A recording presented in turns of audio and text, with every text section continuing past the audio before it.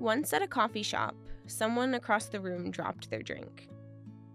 A nearby baby started to sob, and when asked how old, the parents said 11 months.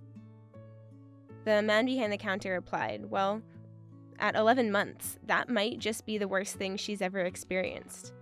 So crying is understandable.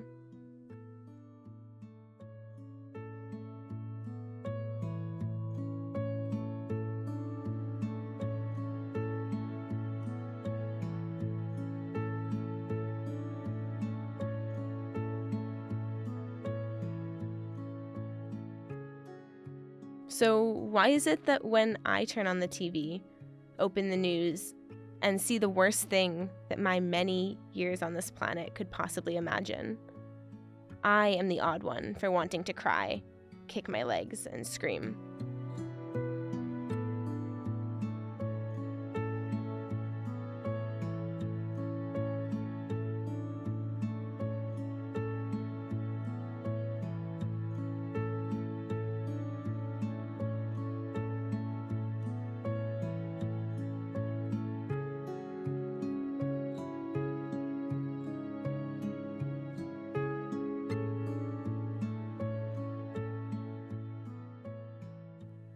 So I do cry, I kick my legs, and I scream. Then I slurp the last of my iced mocha something bullshit, and I think, the world is dying, and I want another coffee.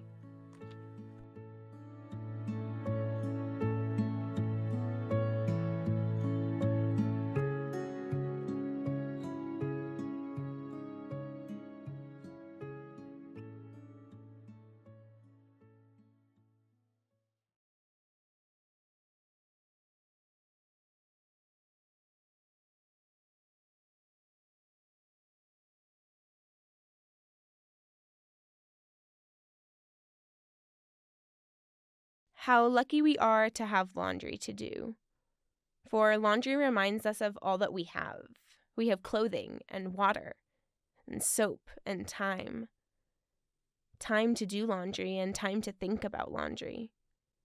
Time to think about that tomato that's almost gone bad in the bottom left shelf of the fridge. Or was it the right shelf? Well, anyway, before you tell me that tomatoes aren't meant to go in the fridge at all, remember that you spilled milk this morning and you need to wipe it up. And also how lucky we are to have cold food at our fingertips, at our house.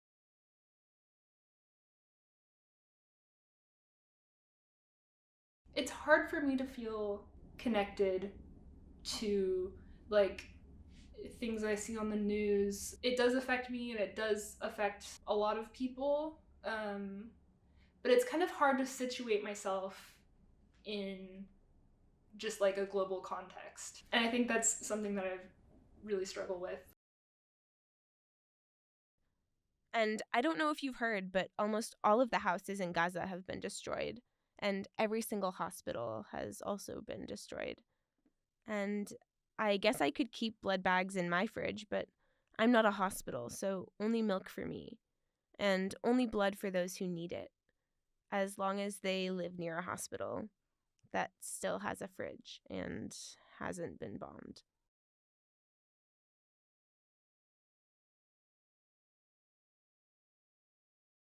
If I have the time, I usually like to read the news.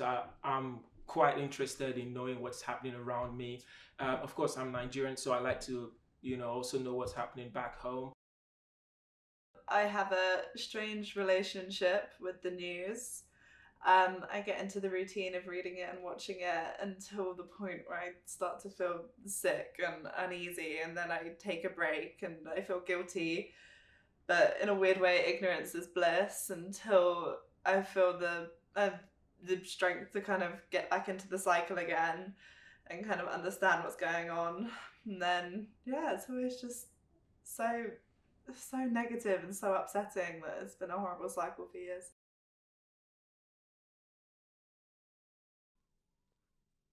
And back to that laundry. How lucky we are that our laundry is a more pressing issue than dodging death is.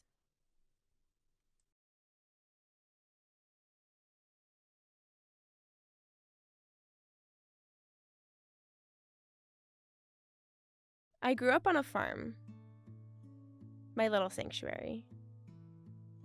Fields surrounding my every move. Trees were waiting for me to climb them, their leaves calling for me in the wind. The smell of fresh-cut grass, fruit straight off the tree, one hand sticky with its juice, the other covered in mud. I long for this feeling of freedom again. Being able to run with my eyes closed and bump into nothing. Snow up to my knees, filling my boots. Wet socks in front of the fireplace, my face numb with a red cold, covered in hot chocolate. The changing leaves, picking apples, and giving up to climb a tree and watch my parents pick apples.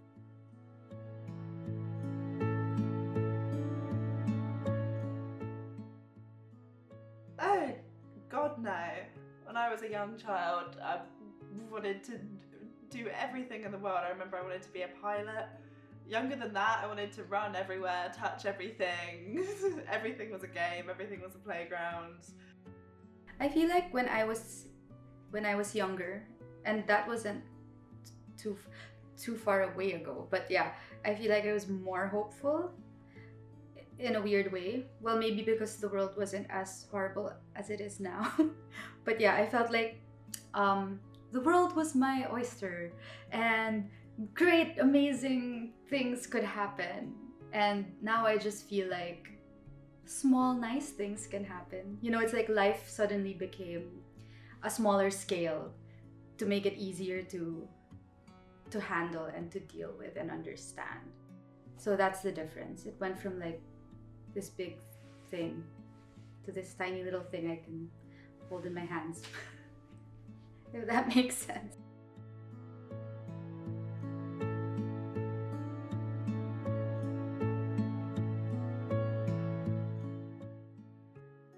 This is not a story of sadness or lost memories, but a story of care, a diary of hope.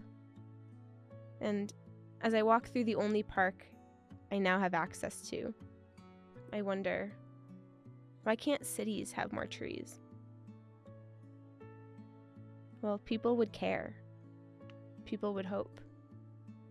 And if people start to care, if people start to hope, then these little sanctuaries will continue to exist, even if only in your head.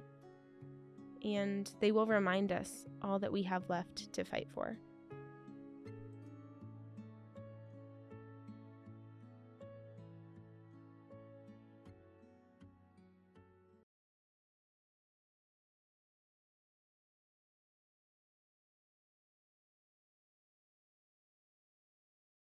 The day before I was born, there was war.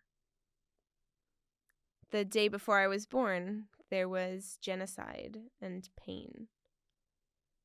The minute I was born, Starbucks used more than 8,000 unrecyclable paper cups, and McDonald's made 3 tons of packaging waste. Every second 4 people are born. Well, me and 3 other people. Someone else had their first of a lifetime of many, many, many sips of coffee. And the second I was born, well, me and those 3 other people, someone died. The second before I was born, someone also died.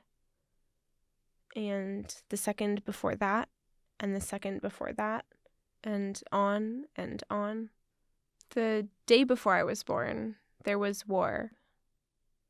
The earth was heating up at speeds far faster than it should.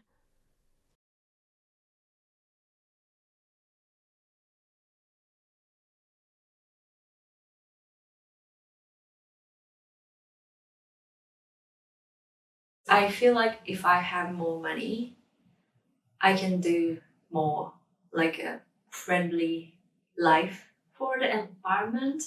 So sometimes there's like a bit struggle because I want to do, but sometimes I can't afford to do like sustainable, friendly life. So yeah, I'm feeling mixed. I don't always act environmentally conscious, so I try my best too, but it's not always achievable. So it's kind of striving for it, but not beating myself up if I can't do it all the time. Because I mean, I feel like it's less on the individual and more on the global corporations. The day before I was born, there was war and genocide. The Earth was heating up at speeds far faster than it should. The only difference is that the day I was born, I was there to see it. A childhood full of trash collection walks and planting trees and doing our best to save the Earth. And it still wasn't enough.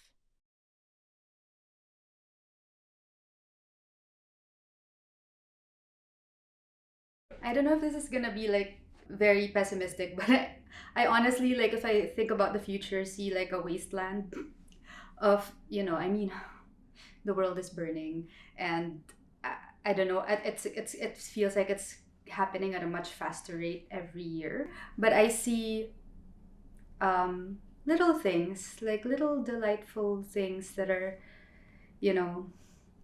happening as the world is burning. They coexist, I guess. Yeah.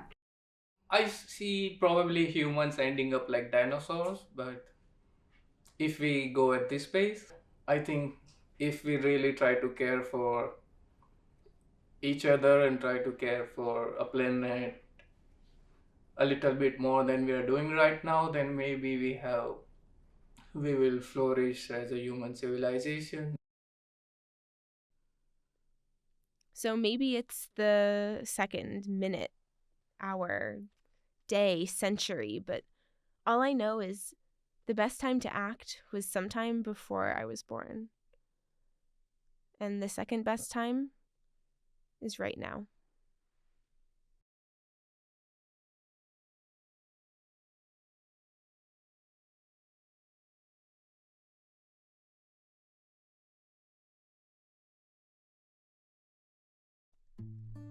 I have never heard music and not seen someone dancing. Well, maybe that's a lie. Like, nobody's getting down to Ave Maria at a funeral. But there is a flutter in your heart as you think of the person and all of the times that you shared. And at the same time, across the country, someone is dancing in the kitchen with their spouse over wine because they just got a raise at their job at the NRA, where they lobbied the law that allowed the gun that killed your sister that led to the funeral that you're at right now.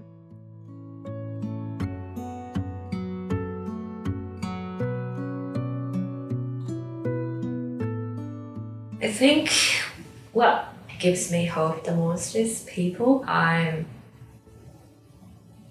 have been amazed by people. I just really sometimes appreciate what I have as a friend, family, coworker. I think, yeah, that's giving me hopes. I think just it's the people who you love and who you have the relationship sharing your story with that. Just like the lover, and it's my hope, and he will give you motivation about that to work and fight for your dreams. Yeah. I think, like, kind of getting confirmation that other people see the world or as just as stressed about it as I am, or just as impacted about it than I am, then I'm like, okay, I feel a little bit validated and a little bit, it makes things a little bit less scary, but then it is really scary. So, yeah. To me, music is the noise made by my flatmate while she dances in the shower. It screams hope. It screams I'm okay. Music is the smell of coffee, the sound of a spoon stirring in sugar. Music is the sound of a sudsy beach, children splashing, dogs running after sticks. I think what gives me hope are like just the tiny little snippets of goodness that happen in a day. I don't know if it's hope per se, but they keep me moving forward. And if that's what hope is, then that's where I find hope.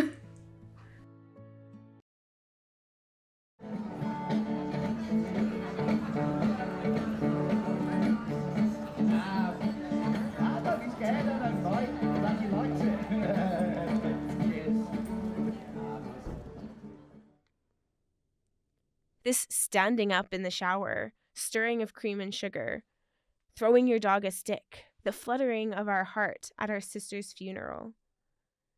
This is the dancing of our lives.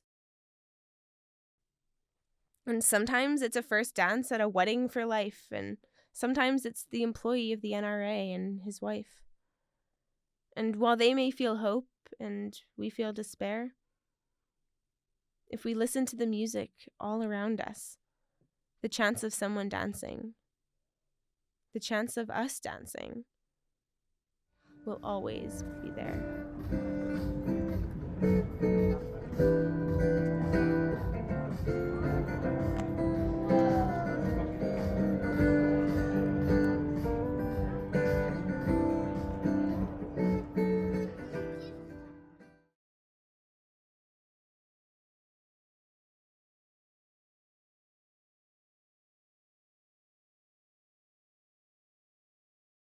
Two people talking to each other. Wait, let me flip my camera around. I'll show you the new... Sorry, I lost you for a second. Anyway, when was the last time you wrote on paper? Your phone not auto-completing sentences, fixing typos, adding punctuation. Do you speak another language? I guess it doesn't matter. You can click translate to English or auto-reply. Order coffee from an app so you can stay online.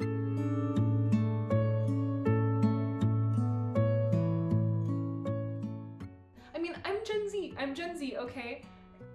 But then I do see myself being like, get off your phones, like, you know, look around. Like, my little cousin is 13, and one time I was like babysitting him and I took him to the park and we watched like Jake Paul videos on his iPad, or like on his mom's phone, like, or like something like that. And I was just like, I don't know, just like, it's just really important to connect to people around you. I would say, as you go in the world, embrace change. Focus on what you can do, the little things that you can do to change the world, and actually do it.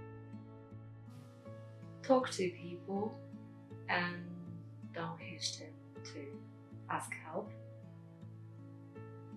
Someone will help you.